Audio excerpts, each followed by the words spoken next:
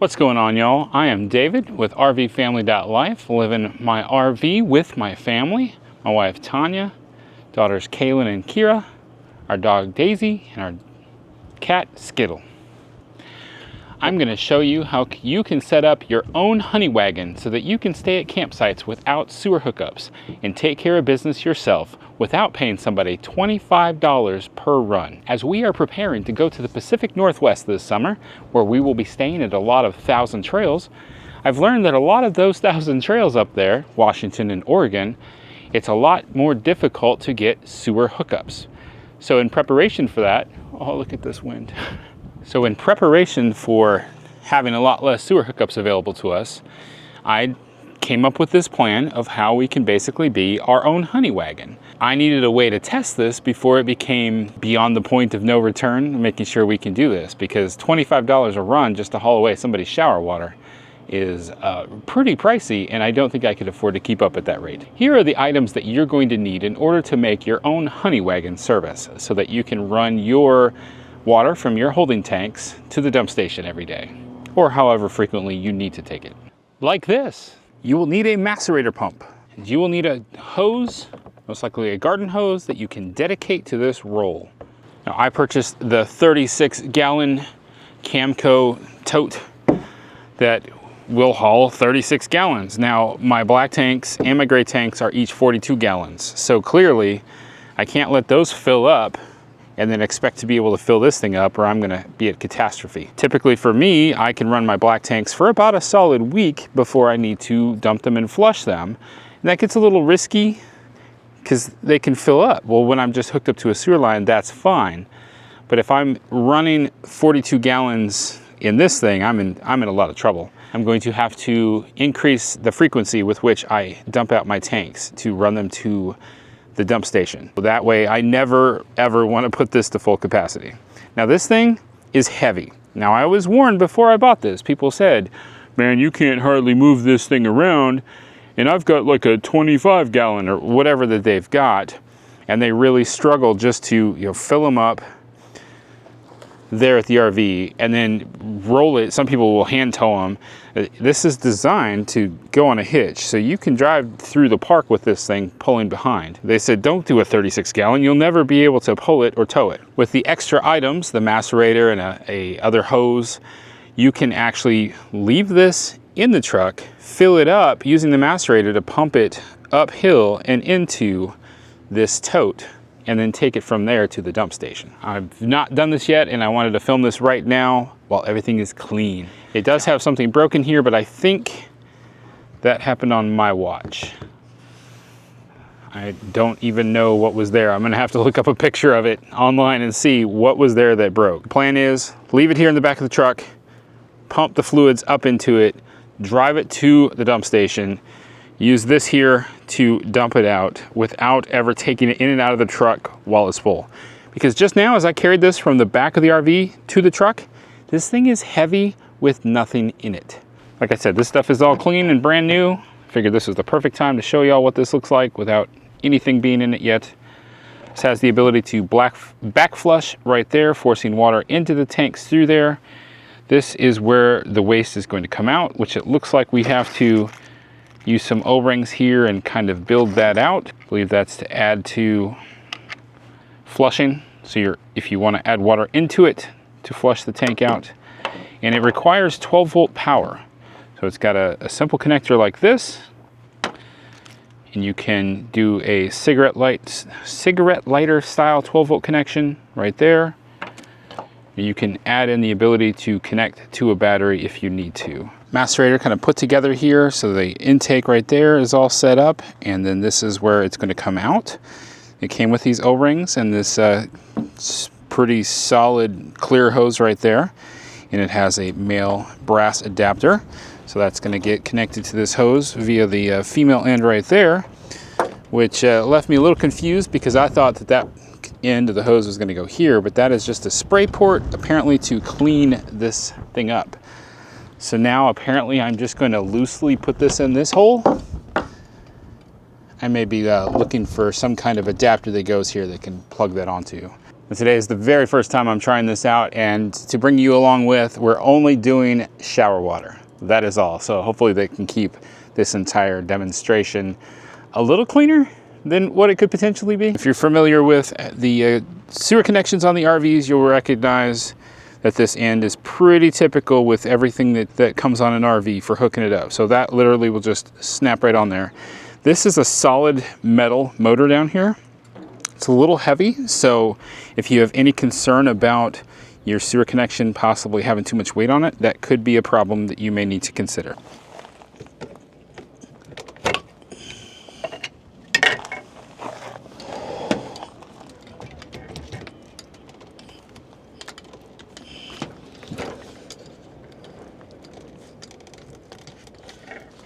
Like I was just talking about the weight. I added that weight right there. There is liquid waiting for me behind that first gate there. Just the added pressure kind of, I guess, alleviated what's going on with the gasket back there.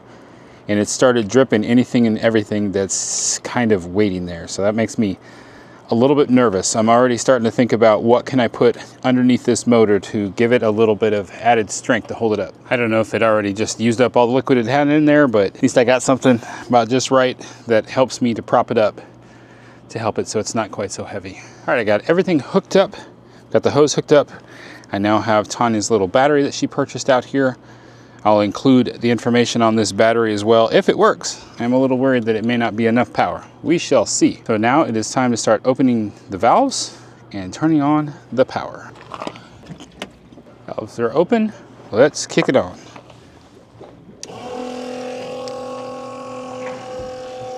Said it should empty the tank in about 5 minutes. We do indeed have somewhat nasty water coming out. I don't want to completely show that to you. This is our first test run. We've had two people take showers with the water that's in here. I just want to kind of keep an eye on that right there, that clear part, and make sure we still have water coming out. Let's look to see if I've got any dripping off the sides. As you can see, I've got dripping on the back, and that's concerning. I'll have to take a deeper look at that. But right now, what I'm doing is checking around this clear hose here to see any drips coming there, and I am not seeing any, so that is good. Started at 98% and it is down to 93%. I'm looking at the instruction manual. It said make sure that you don't continuously run this macerator pump more than 30 seconds when it's dry. So you want to make sure that you have fluid going through it, or it can potentially burn things up inside. It also says do not run it continuously more than 15 minutes. So as it stated, a 40-gallon tank, it should be able to empty completely in 5 minutes if everything is working as designed. Still going right now, still filling. Sure hope I don't have anything that would make this video overly exciting. I'm hoping for this video to be dull from here on out and only informational for you. Now, kicking myself as I got this all started. The tank is almost half full and it's still sitting on the tailgate. I probably should have got it better situated in there so that I could put the tailgate up. This might be a little interesting re-maneuvering this thing full of water. All right, that's kind of what it looked like when it was getting done there. So I'm gonna go ahead and turn this off. And let's go take a look and see just how full it is. Yeah, I realize you may not be able to see quite that well. No, the hose isn't quite touching there. So it's probably about yay full right now. Not too bad. So let's go ahead and I'll get this all resituated and get us going towards the dump station.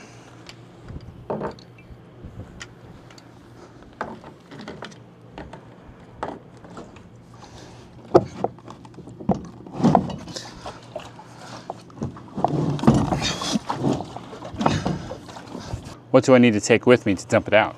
It came with this stinky slinky. It's just kind of extra boingy. But if I'm not gonna move it from that position, obviously I'm gonna need more hose. So I better grab what I normally use to hook up at the sewer connection. And since we used up probably a third of the power here, it's definitely a good idea to get this thing back to charging ASAP. I may have to do more than one of these runs a day, depending on how much water people use. Let's get it hooked back up over here in my outdoor kitchen and get it charging. Hey Tanya, I'm going to empty out the gray tank and go take it to the dump station. You want to help me out with this, or you think I got this? Good luck. We're counting on you. All right, we are up at the dump station. Time to hook this thing up and get it dumped out. Checking real quick, there was some sloshing, but even though that's broken and kind of open right there, it never did slosh out, so that's good.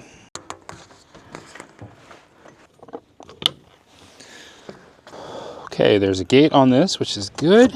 And go ahead and take off the cap. And it's nice to have some see-through type items to watch things come through. I know the first thing you're thinking is, ew, that's gross. But in reality, for everything to work right, you want to be able to see that things are indeed working correctly. Just making sure everything's tight beforehand. Open my outside gate valve. Make sure my flushing port is closed so nothing comes out of the wrong hole. And let's begin. You hear the air coming out? It's venting. That's funny. Not sure entirely how long this will take. Maybe we'll speed this up.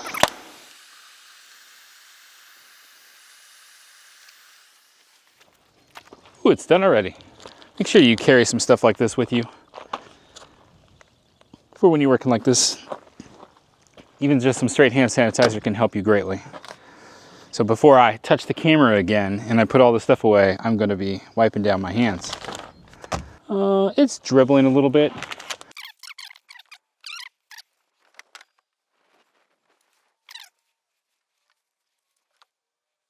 All right, that should be enough. Go ahead and close the gate. Close this gate. Try to get as much out of the hose as I can.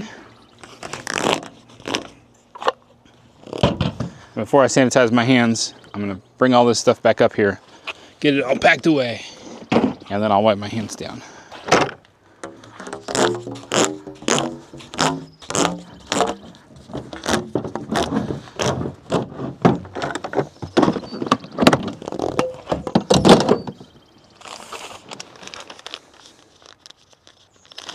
I don't see any trash cans around here, so I'll have to carry these out with me and throw them away later. I think it's worth probably using 2.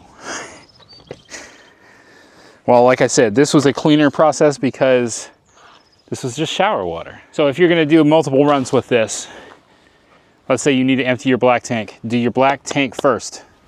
That way you kind of clean everything out with shower water on your second run. That should make things a little bit easier. There is the rinse port on top of here. So as you can see, they've got some hoses here. So if you get over here and you want to really clean this thing out, as long as you don't have a line of 20 people behind you, which sometimes leaving a Texas State Park on a Sunday, there might be 20 people in line. I've seen it. You may not have time for that. But on a day like this, I'm alone. I think I hear someone's voice off in the distance at 1,000 feet away. I don't know. But I got all the time in the day. If I wanted to flush this out with water here at the dump station and clean it out, I have the time to do it.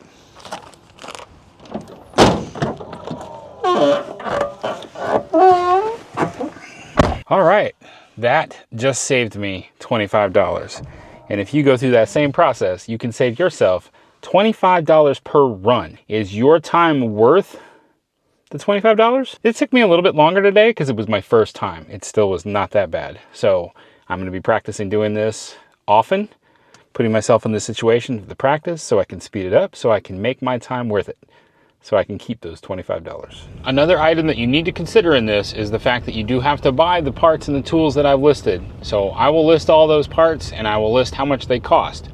But I would say, judging by adding in the battery that's probably needed as well, you're looking at $400-ish, maybe $500, depending on the exact specifics of what you buy to accomplish this job. If you're only going to do this 4 or 5 times, then you may save yourself a lot of money to just pay the $25. That's true. So I foresee myself having probably a solid 2 months this summer of needing to do this. And at $25 a day, I could see that adding up a little too fast. So we are in this RV life for the long haul, and I don't see us stopping anytime soon.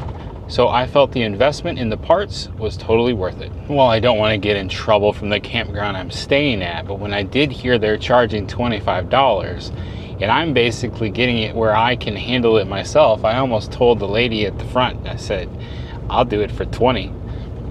But I don't want to get into a bunch of trouble. But if there is a campground that doesn't even offer the service, then maybe that's a possibility. Maybe I could be the cool guy that does it for $15 or $20. Hi, Daisy. Hi, pretty girl. Love you, Daisy. Life happens. Don't let it stop you. Goodbye. I'm not here. Stay fresh, cheese bags.